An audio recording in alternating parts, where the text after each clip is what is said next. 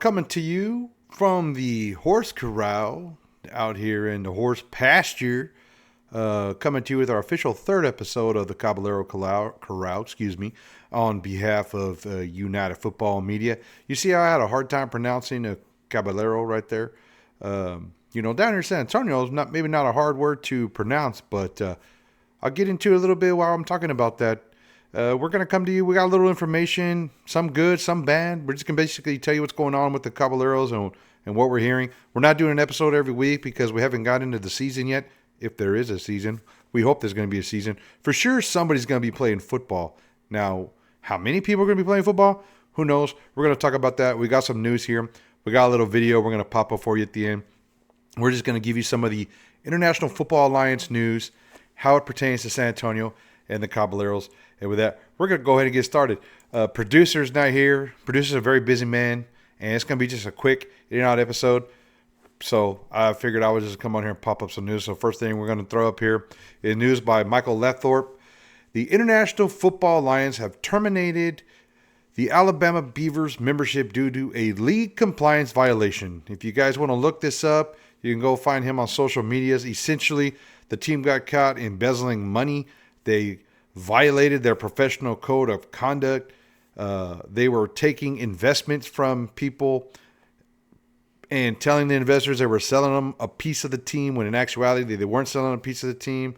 And so you already, with these alternative football leagues, until things are going really, really good, there's all kinds of crazy news that always comes out.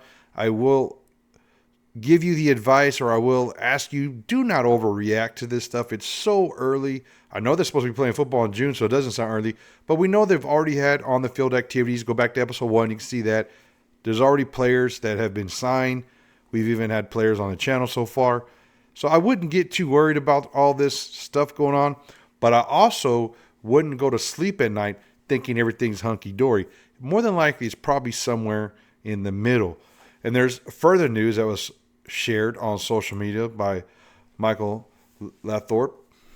I hope I'm pronouncing that right. Let's just call him XFL Mike. That's his handle, at XFL Mike.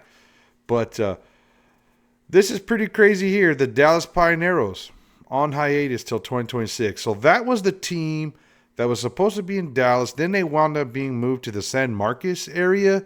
And so they were supposed to be our I-35 kind of rival. And they were going to be called just the Texas Pioneers. So now that team is being put on hiatus till 2026, which is interesting because they were already talking about like expansion teams in 2026. So here we got the next bullet point down. The Chihuahua, Ohio Valley, and Tampa teams are committed. So the funny thing is, the Chihuahua team that's supposed to be in Mexico, kind of hearing some rumblings and grumblings and a little bit back and forth that the league may not be traveling to Mexico, which would be interesting if a Chihuahua team does happen. They might try to do some kind of USA hub model type deal where they have a Chihuahua team, but it's based somewhere in the United States. The other thing with that is one of the rules for the International Football Alliance at the beginning was that you had to have a certain amount of players that were international players to promote this International Football Alliance.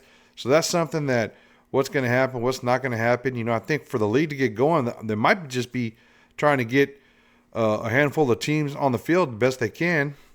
The Ohio Valley team, haven't heard much out of there. If you remember, there was a Baltimore team where there was a whole bunch of conspiracy, embezzling. This guy bought the team and was building a hotel for the team, and it was going to be like, there was a lot of people talking about, man, it's pretty cool, spring football team. They're actually going to have housing for the players and had a complex. That turned out to be some kind of crazy scheme up there, so that team went away.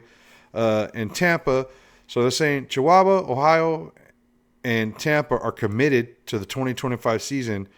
Then this is pretty interesting. Lethorpe is reporting here that San Antonio has yet to make a decision. And I'm going to tell you right now, I sat and had a beer with Coach Hal Mummy, who is now owner of the team. We were also on site for the Somerset tryout. I was able to talk to him there, as well as some media personnel from the team. Everything I've heard, these guys are playing football in San Antonio, so I don't know exactly what that's based upon. And then it puts on there that the IFA is open to affiliate teams and teams such as Arkansas are still in line for expansion in 2026. So it's all pretty crazy stuff. I don't really know what's happening. I don't think even they know what's happening. They're trying to figure things out on a weekly basis. So this is as of right now. Of course, also with these expansion teams and leagues, the websites are never all that accurate until they're actually going and they have someone there in charge of the website. So this was current as of today. So you can see all the teams listed here. I'll just pop the other graphic up on top of it. So you got Chihuahua, Ohio, Tampa, San Antonio, Arkansas. What do we got here? We got Chihuahua. We got San Antonio. Tampa Bay still on here. There's Ohio. There's Arkansas. So, we already know that the IFA Dallas team is not going to exist. So what's the accuracy in that? I don't know. If I had to just guess, I'm thinking they're going to pick 4 teams that are the most structured and ready to rock and roll. And they're going to go with a 4-team league, some kind of round-robin deal, and try to play games. That's what I think is going to happen. Who knows? And I also think all the games are going to be stateside. I don't know if we're going to be doing any international travel with all that stuff. So another thing that's kind of interesting, I'm just going to pull this up. We do cover the other another professional NFL style. When I say professional, just so you know, when I say professional football in San Antonio, I'm talking about NFL style football. There is the San Antonio Gunslingers. It's a great organization. I don't personally cover them. I don't know anything about that style of football. One day maybe I'll learn and go from there. But if you're looking for another pro football team that's not the Caballeros or the Brahmas, go check out my friends over there at the SA Gunslingers podcast over there, right? Smoking Guns podcast. They cover the San Antonio Gunslingers and do a great job doing that. But I bring up the other teams in the league for a specific reason. We're talking Caballeros here, but the Brahmas and Caballeros organization have crossed paths. We talked, a lot of the players know each other and go back and forth, but check this out. So James Larson, who breaks a lot of news for the UFL, posted that Jack Welch was hired as a tight end / assistant special teams coordinator for the San Antonio Brahmas. And this was per interim head coach Peyton Party. So Welch has a ton of coaching experience all over Texas. We actually highlighted Welch back in our episode 1. So if you want to go fast forward to the Welch part and pop that up, this is current on the San Antonio Caballeros website. You see Jack Welch. He was listed as the general manager and assistant head coach. You got Hal Mummy listed as president and head coach.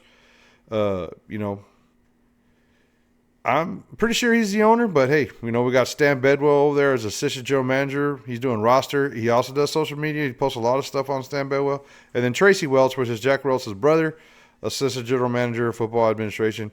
So nobody's, according to the website, no one's named as offensive coordinator, defensive coordinator, wide receiver coach. They're all general manager, assistant coach. I think this is going to be a thing where you're a coach and you're admin all at the same time. You're doing everything you can do to make the team work and all that stuff. But it's crazy. The general manager and assistant head coach is reportedly now a coach on the San Antonio Brahmas. Texas ties, Purdy, Texas ties, the state of Texas, coaching history and all that, so you can see how all that happens. So who knows what's going on with the league. The other thing is I have a little video right here that we're going to pop up, so just bear with me real quick. Okay, I believe I got all the glitches worked out, but this is a video from the Brahma Bulletin, also known as the San Antonio Football Network. He's an affiliate of the AFN, so we're buddies. We talk, we go back and forth. He's doing a great job covering the Caballeros. Doesn't make as much Brahmas content because he's so focused on the Caballeros, and I'm probably the opposite. I don't do a whole lot of Caballero content because I'm so focused on the Brahmas at this time. But we just reported all the news. We showed you all the teams fluctuating. We talked about who's going to play, who's not going to play, and coaches moving. But let's just get straight from the horse's mouth, so to speak, the head coach and owner, straight from his mouth, with an interview right here asking what he's got to say to reassure the fans of San Antonio that we're going to get summer ball down here.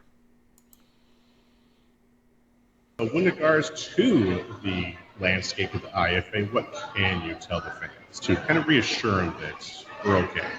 We're San Antonio is going to be okay. I can't talk about the rest of it, okay? But we're going to be okay, and we're working through it, and we're going to adjust. Our main focus is that those guys right out there get on the field and get looked at this summer.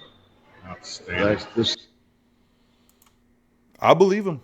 I think they're going to be on the field. I think they're going to get game footage. I think that the what the league's trying to accomplish is going to get accomplished, whether or not it's for 1 game, 2 games, 4 games, 4 teams, 6 games, who knows? But I do think that Hal Mummy is the type of person that is just driven enough, stubborn enough, and will get players on the field. The other thing is, and I can tell you that I got to meet him a couple of times now since we've been doing this. I truly do think he's got the right motivation, and every time I've talked to someone from the league, I've always come away with a very, very positive attitude, thinking this is going to be a league that's going to make it because they're going into it with the right perspective, with the right type of size, and the ability to scale up or scale down. So this being flexible is going to be huge for this league going forward. We really, really do want to see the San Antonio Caballeros play some ball down here in summer. The other thing is, and I'm going to just close it with this, when I first met with Hal Mummy and some team officials, when the players were just getting together here months ago in San Antonio, it was like an initial meet and greet they did down at the Menger Hotel. There was talks about the logo and not necessarily being that supportive of the current logo and name of the team. So who knows? Who knows? We did a team vote on X, a team name vote on X for the team. The Caballeros weren't even an option. The name that got the most fan support was the Chupacabras, believe it or not. But there was another name on that list called the Toros, which would be pretty interesting because we already have Brahmas. Do we want Toros? Do we want Caballeros? Do we want Chupacabras? I don't know what we want. But don't be surprised if when they do the reset for everything within this league, there's a different team name other than the Caballeros. But that's just me guessing. I don't know. Maybe even the logo will just be different. But who knows what happens. I just wanted to bring this episode with you. Keep you updated with team names. If you want more information, go over there to the San Antonio Football Network, the Brahma Bulletin's YouTube page. I think he's probably done about 8 different interviews with different players, maybe more. I don't know. He's got all kinds of player interviews. You can see he's interviewing the head coach there. So he's doing a great job over there. But as always, thanks for tuning in. We're going to leave it like that. We're going to get out of here of the crowd, and we're going to go Viva Caballeros for now, unless it's something Toros later. We're out.